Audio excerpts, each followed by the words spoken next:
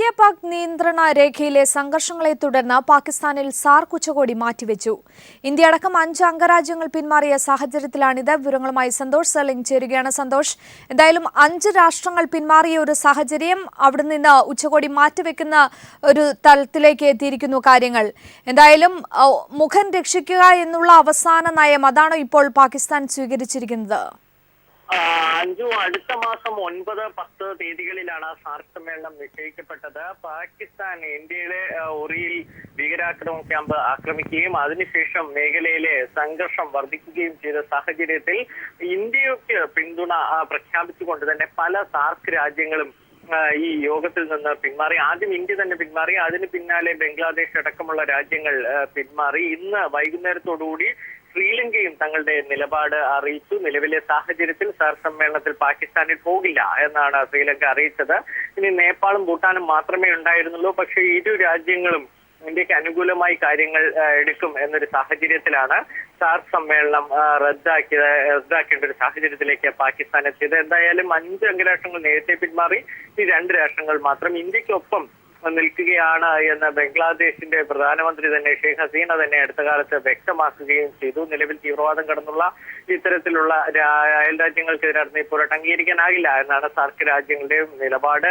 ഇത് പിൻവലിച്ചത് നയതന്ത്ര മേഖലയിൽ ഇന്ത്യക്ക് വലിയൊരു നേട്ടമാവുകയും ചെയ്തു. സന്തോഷ്, എന്തായാലും പാകിസ്ഥാനെ ഒറ്റപ്പെടുത്തുക എന്ന ഇന്ത്യയുടെ നയതന്ത്രം അത് ഫലം കാണുന്നുവെന്ന് വേണോ മനസ്സിലാക്കാൻ?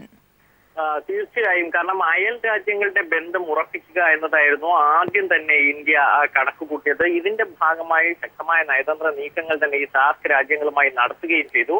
അങ്ങനെ ഈ വിഷയത്തിൽ, ഈ തീവ്രവാദ വിഷയത്തിൽ പാകിസ്ഥാനെ പൂർണ്ണമായും ഒറ്റപ്പെടുത്തിക്കൊണ്ട് സാർക്ക് രാജ്യങ്ങൾ ഇന്ത്യക്ക് ഒപ്പം നിന്നു. ഇത് ഇന്ത്യക്ക് വലിയൊരു തിരിച്ചടിയാണ്. ആഗോളതലത്തിൽ തന്നെ ഈ സാർക്ക് രാജ്യങ്ങളുടെ ഇത്തരമൊരു നടപടി ചർച്ചാ വിഷയമാവും. സ്വാഭാവികമായും അന്താരാഷ്ട്ര രംഗത്ത് ഇന്ത്യക്ക് അനുകൂലമായി കാര്യങ്ങൾ നീങ്ങാൻ ഇത് സഹായിക്കുകയും ചെയ്യും.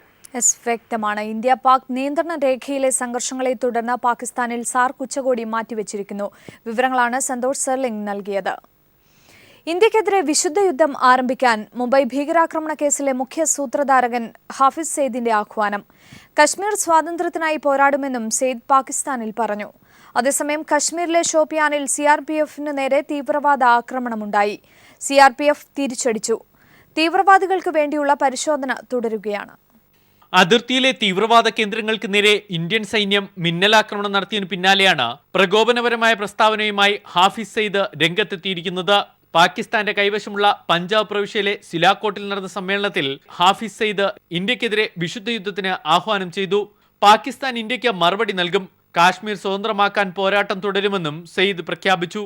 മുംബൈ ഭീകരാക്രമണത്തിന്റെ മുഖ്യ സൂത്രധാരകനാണ് സെയ്ദ്. ഇയാളെ പിടികൂടി കൈമാറണമെന്ന് പലതവണ പാകിസ്ഥാനോട് ഇന്ത്യ ആവശ്യപ്പെട്ടിട്ടുള്ളതാണ്.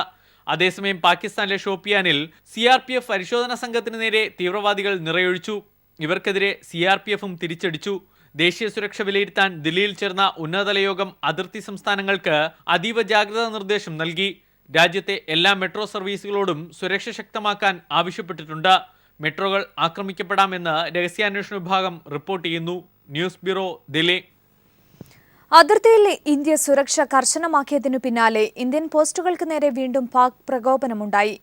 അതിർത്തിയിൽ പാക് ഡ്രോണുകൾ നിരീക്ഷണ പറക്കൽ നടത്തി. അതേസമയം അതിർത്തി ലംഘിച്ചുവെന്നാരോപിച്ച് പാകിസ്ഥാൻ പിടികൂടിയ ഇന്ത്യൻ സൈനികൻ ഒരു ദിവസം പിന്നിടുമ്പോഴും പാക് സൈന്യത്തിന്റെ കസ്റ്റഡിയിൽ തുടരുകയാണ്. സൈനികനെ മോചിപ്പിക്കാൻ നീക്കം ശക്തമാക്കുമെന്ന് കേന്ദ്ര ആഭ്യന്തരമന്ത്രി രാജ്നാഥ് സിംഗ് വ്യക്തമാക്കി.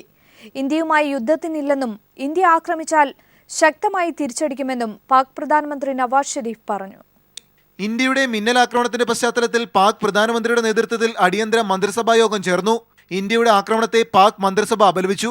ഏത് തിരിച്ചടിയും നേരിടാൻ രാജ്യം സജ്ജമാണെന്ന് പാക് പ്രധാനമന്ത്രി നവാസ് ഷെരീഫ് യോഗത്തിന് ശേഷം പറഞ്ഞു. ഇന്ത്യ അതിർത്തി കടന്ന് ആക്രമണം നടത്തിയെന്ന് പാകിസ്ഥാൻ ഐക്യരാഷ്ട്രസഭ രക്ഷാസമിതിയിൽ ചൂണ്ടിക്കാട്ടി. ഐക്യരാഷ്ട്രസഭ ഉടൻ ഇടപെടണമെന്നും ആവശ്യപ്പെട്ടു. ഏത് സാഹചര്യവും നേരിടാൻ 20-അംഗ NST സംഘം ദില്ലി വിമാനത്താവളത്തിന് സമീപം സജ്ജരായി കഴിഞ്ഞു. 5 മിനിറ്റിനുള്ളിൽ ഓപ്പറേഷൻ പൂർത്തിയാക്കുന്ന വ്യോമയാന സംഘവും. എങ്കിലും രാജ്യം കനത്ത ജാഗ്രതയിലാണ്.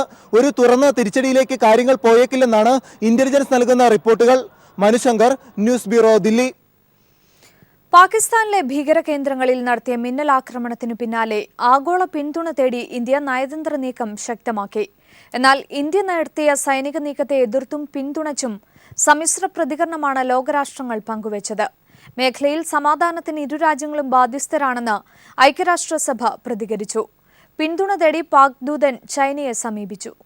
America, Russia, China, England, France, Japan, Germany, Saudi Arabia തുടങ്ങിയ രാജ്യങ്ങളിലെ ദില്ലിയിലെ അംബാസിഡർമാരുമായി ഇന്ത്യൻ വിദേശകാര്യ സെക്രട്ടറി എസ് ജയശങ്കർ നേരിട്ട് മിന്നലാക്രമണത്തിന്റെ വിശദാംശങ്ങൾ ചർച്ച ചെയ്തു.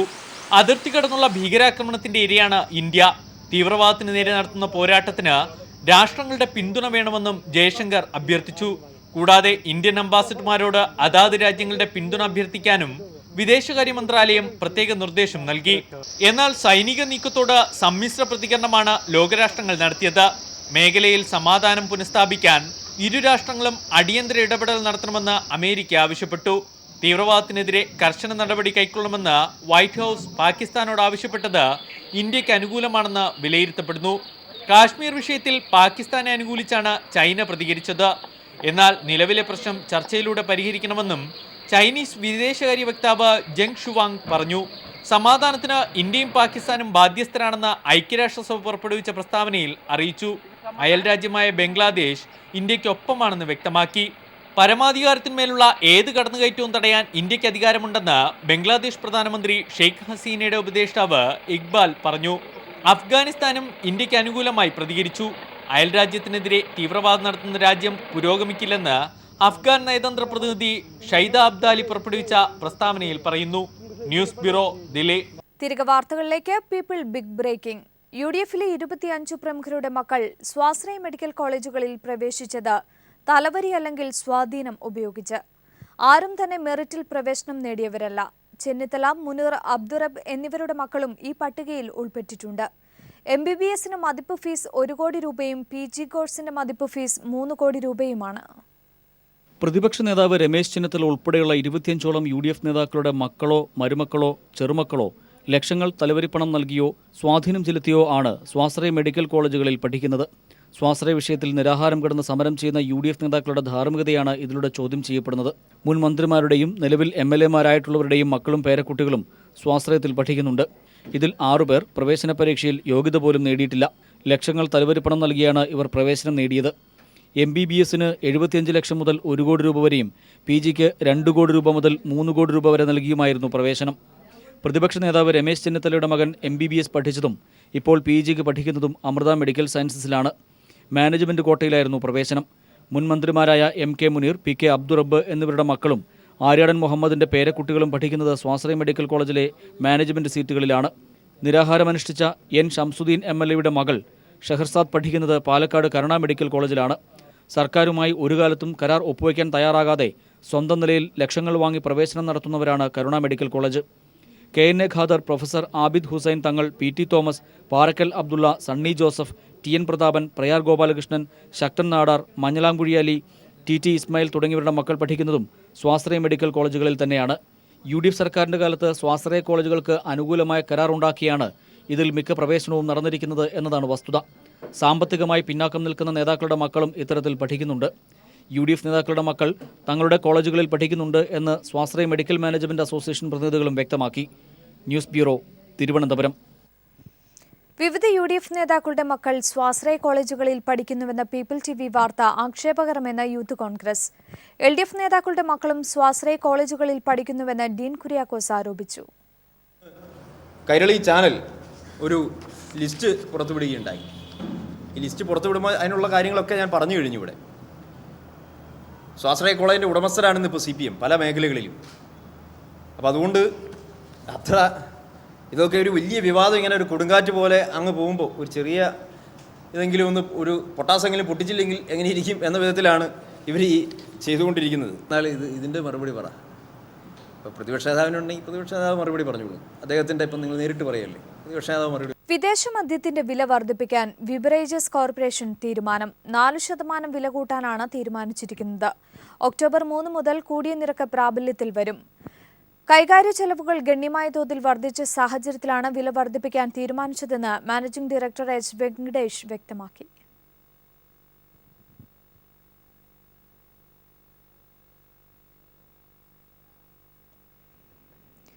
ആരാധകരുടെ കാത്തിരിപ്പിനൊടുവിൽ മോഹൻലാലിന്റെ മകൻ പ്രണവ് മോഹൻലാൽ നായകനാകുന്നു. മോഹൻലാൽ തന്നെയാണ് ഇക്കാര്യം അറിയിച്ചത്.